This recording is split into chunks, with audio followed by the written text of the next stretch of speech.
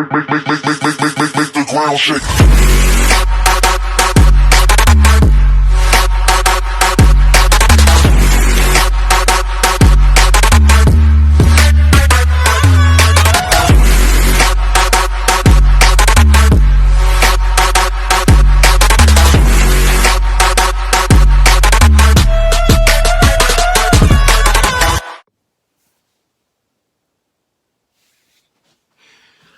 Hello ladies and gentlemen, welcome to the Game Hub. I'm your host GamerK, and it is September, ladies and gentlemen. That means summer's starting to go down, fall's around the corner, and it's just gonna get nice and nicer out. Now enough about that, let's get into this week's video. We're gonna start off September with a retro game review, and this one was a favorite of mine as a kid, although as a kid I did not like certain areas in video games, so it took me a while to play. In 2004, Power Rangers Dino Thunder was released, the second series of the Disney-owned Power Rangers, because after Wild Force, Disney took over and produced Ninja Storm, and then this, which is one of my favorites of all time, because for one thing, what kid doesn't love dinosaurs? Secondly, the characters were really fun to do. We had Connor, the soccer player, we had Ethan the nerd, and we had Kira, the aspiring singer. And oh boy, we also had Tommy Oliver from Mighty Morphin, ladies and gentlemen. All honesty, it's good to see him as an adult in this. And and they still got Jason David Frank to be the character, which is awesome as hell, and that's why it's one of my favorites. And then we got Trent, the artist / White Evil Ranger, like for the first little bit of when he's the White Ranger, which is and then later on, the game came out for PlayStation and GameCube. I obviously got the PlayStation version, and the game also came out for Game Boy Advance, doing a different thing where you play as the Rangers and just do the usual platforming and progression system. This game, on the other hand, is every kid's dream of piloting the Zords and being a badass. Well, so there's the cover, and on the back it says, the mad scientist Mesogog has plans to send the world back to the origin of the dinosaurs. Through the power of the Dino Gems, 3 students are transformed into Power Rangers Dino Thunder. Help the Rangers stop Mesogog and his army by using the Zords, powerful creatures which are part dinosaur, part machine. And the back shows some of the obligatory scenes from the game. And yeah, even though I love this game and as a kid I thought it was amazing, does this game have the might and roar that it once did? Let's dive in and find out. For one thing, so the story starts off at the base where, for some reason, Dr. O is in Black Ranger form, which only happened like one part during the end of the series when he was stuck like that.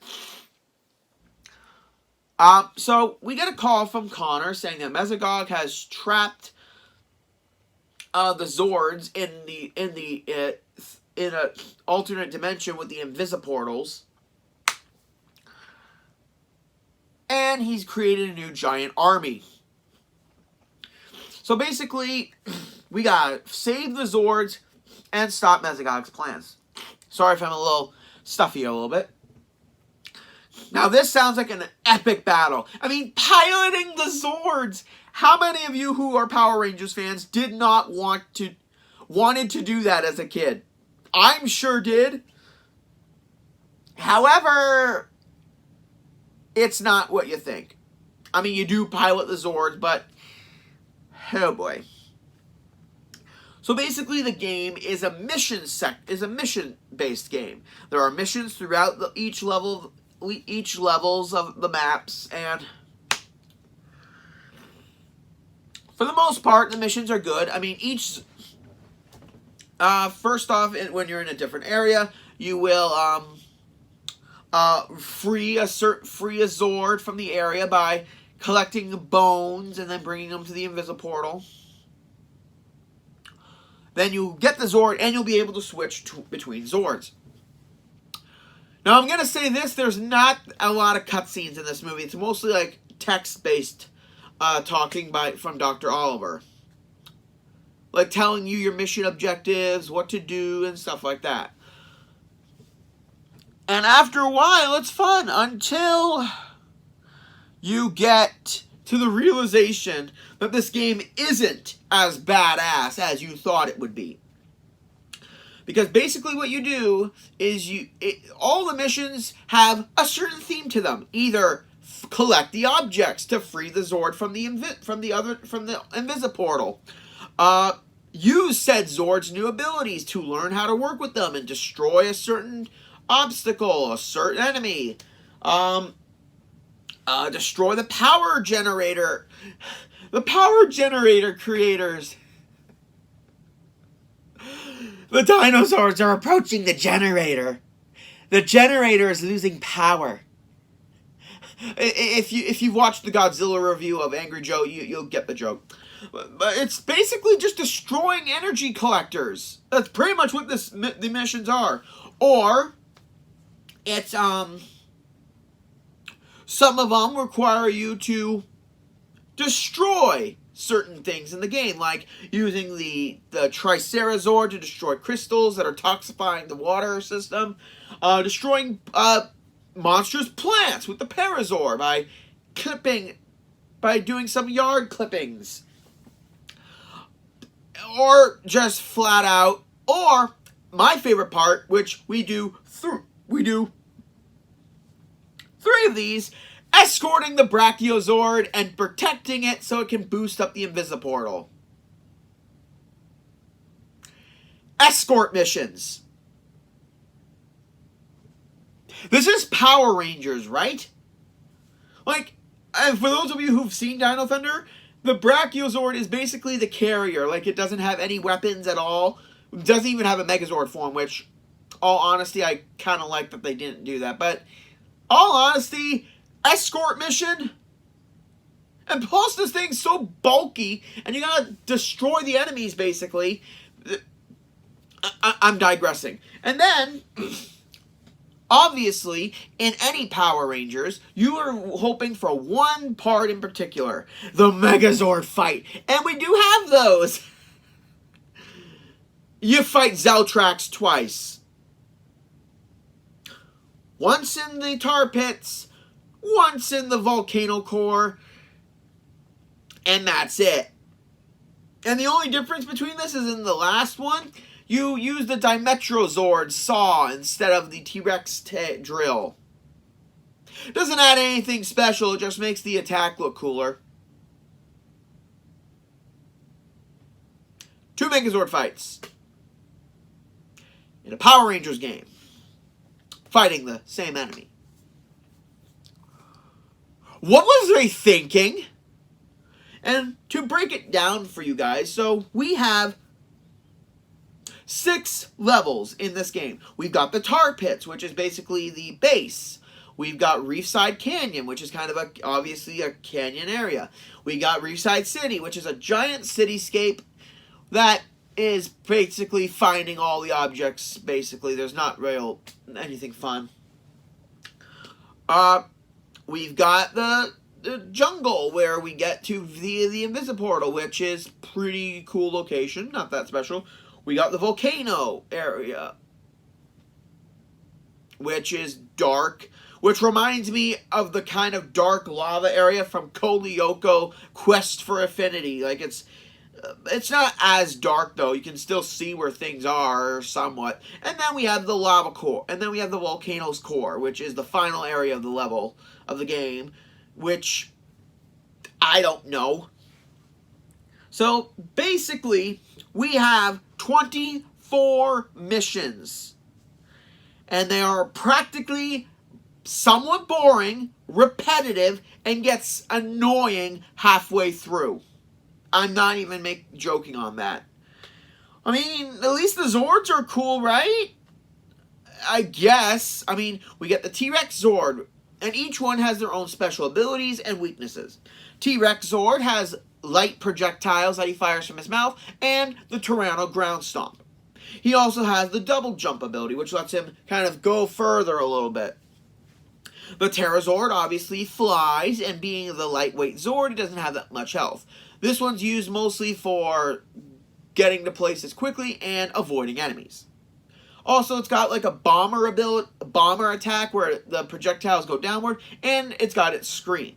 Tricerazord is the bulky one. It has no projectiles, but it can deflect enemy lasers back to them. And yeah, it's just basically used for escort missions and destroying the object missions. We got the Parazord, which is the Parasaurolophus, which is the scissor tail, and it's got rapid fire projectiles. The Dimetrazord has which is one of my favorites, has bouncing projectiles, and then the Patulazord has small ones and a super knockout attack. And it too has the double jump ability. Quick question. If Dr. O is in his Black Ranger suit, I mean, assuming it's continuity, why isn't the White Ranger here and we have the Ankylo, Stego, and Dragozord? I mean, don't you think that would have made this game a little bit cooler if they had their own missions? No, because... And to say that that's not where it is in the show is BS, because if we have the Parazord, then the White Ranger is definitely in play. Just saying. And that's pretty much the game. You go around the areas, do the missions, which are, again, repetitive as shit, and basically you just do it all over again. Now, not to say that's the only thing in the game. There are morphers in every area that you can collect, but you need the specific Zord in order to get to it. So you're going to do a lot of backtracking, and there's no quickly going to each location. If you're in the jungle area, you need to go through the invisible portal, go to the tar pits, then go to the Reefside Canyon, and then go to the city in order to get the Parazord morpher there. There are also Dino eggs that are collectible at each level too.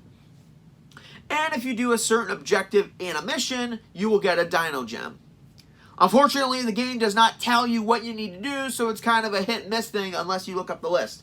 For example, if you bring all the Pterazord bones to the invisible portal at once, you get a Dino Gem. Or, in one mission where you got to go from the city to Reefside Canyon, and then to the tar pits in order to fight Zeltrax, if you do it without getting hit, you get an achievement, which using the Pterazord is actually pretty easy. Yeah, the Dino Gems are really finicky depending on what mission you're doing. For example, some of them require you to have the Brachiosaur be unharmed. Yeah, that's something that they decided to do. And the big thing is Mesogog doesn't even appear. Not even his voice or anything. And although I got to admit, when I was a kid and I had nightmares about this game, I would always dream like Mesogog was going to appear and like something bad would happen. I was really impressionable as a kid when it comes to that stuff. So what about the enemies in the game? I mean, it's Power Rangers, so obviously we're going to get cool monsters to fight. Wrong, they're practically generic mechanical monsters that are barely fun. We have the lobbers, which are the basic ones. We've got lava worms, freezer worms, taggers, which are starfish, and if they hit you, you go right back to the beginning of the level. And you also have the droppers, I think they're called, which will release electrical mines in order to impede your progress. That's 5 enemies, ladies and gentlemen. Oh, we also have the freezer worms and the lava worms.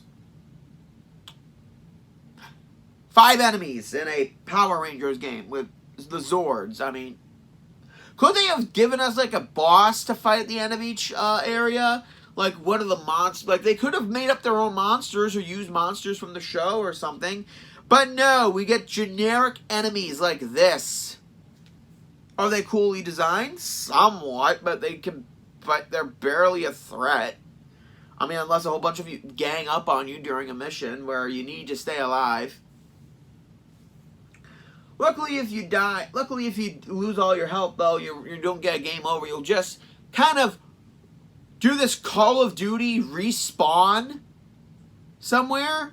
I don't get that. So, jeez, what else? What else in this game? What else in this game doesn't really all suck? Once you collect Morphers, Dino Eggs, and Dino Gems, you will get special unlocks. Either some clips from the show of the Zords, or something actually pretty cool. You get to play as the Wild Force Zords and the Ninja Zords from the previous 2 series. But you get to do them in their own area. So you get Reefside Harbor. No. This is Reefside. Blue Bay Harbor, or you get the Animarium from Wild Force. And basically all the Zords are kind of similar a bit to the Dinozords make, just different skinned. But they all have their own unique attacks. My favorite is the Wolf Zord from Wild Force. I love the Wolf Zord because I'm a wolf dude. I practically love them. The game does pretty good to give each Zord their own unique missions to do, but it's practically the same when it comes to the missions from the game, from the actual main game. So, I mean, at least it's something different to do. I mean, at least you get to replay, we get to be the Wild Zords and the Ninja Zords. So, at least that's cool. I mean, except for the Green Zord, which is instead of the helicopter, we get the Megazord form, which I gotta admit is pretty cool. And all of this, the whole game, basically, of Dino Thunder is 2.5 hours. So, a Power Rangers game where you control the Zords, which is honestly the coolest part of doing a Power Ranger game. You don't get to combine the Zords you want in order to fight. You don't get to fight any really cool monsters in a Megazord monster battle. You don't get to do any really cool missions that are fun. You get to do repetitive, collect the Zords, destroy the generators, or anything that's absorbing power, destroy the enemies, defeat the same bad guy twice, and that's it. And all of this is 2.5 hours. There really is nothing more to say about this game. Dino Thunder was something like, I mean, obviously in 2004 they didn't really have the thought process in order to make something so really badass. And in all honesty, I haven't seen any Power Rangers games that competes, that even does this. I mean, at least we got to play as the Zords in this one. At least we got to control them. At least it was somewhat fun. But yeah, we haven't seen, I mean, other than this may be one of the few good Power Rangers games that have been released. And it's a shame. Because Power Rangers is a series that is near and dear to my heart. And it sucks that we don't get something really cool for it. But all in all, Dino Thunder, it did not have the power, the might, or the impact that I thought it was going to have. I mean, as a kid, yes, it's fun. It's something really fun to play as your favorite characters, or your favorite Zord, nonetheless. But as a game, like a great game, it never stacked up to something that when I think of a great game, this is something that's near the middle. And for that, the final verdict of Power Rangers Dino Thunder, the video game, is a basic 6 out of 10. If maybe they added, I don't know, the other 3 Zords that they had, and gave a little bit more boss fights instead of like just missions that feel more like side stuff. The game did what it was supposed to do at the time, and it's something that, honestly, it's not bad. If you can find a copy somewhere, and if you have an old system, purchase it. And hope that in the future we get something truly Ranger-worthy. Well, that's it for this week, ladies and gentlemen. Like, comment, subscribe down below, and join in next week where I do another review with friends from the other side. This is GamerK, logging out.